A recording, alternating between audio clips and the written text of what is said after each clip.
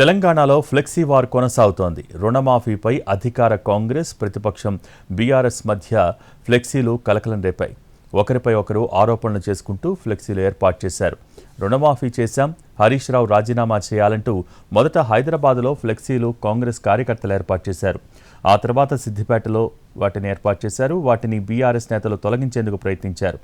వారిని కాంగ్రెస్ కార్యకర్తలు అడ్డుకోవడంతో వివాదం మరింత ముదిరింది. శనివారం అంతా ఇదే హైటెన్షన్ కొనసాగింది.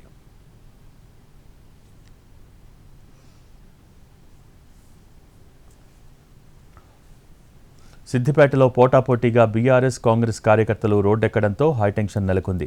దీంతో పోలీసులు వారిని అరెస్ట్ చేసి స్టేషన్కు తరలించారు. పోలీసులు ఇరు వర్గాలపై కేసులు నమోదు చేశారు. కాంగ్రెస్ చెప్పినట్టుగా అందరికీ రుణాలు మాఫీ కాలేదని, దీనిపై ఎక్కడైనా చర్చకు సిద్ధమన్నారు హరీష్ రావు.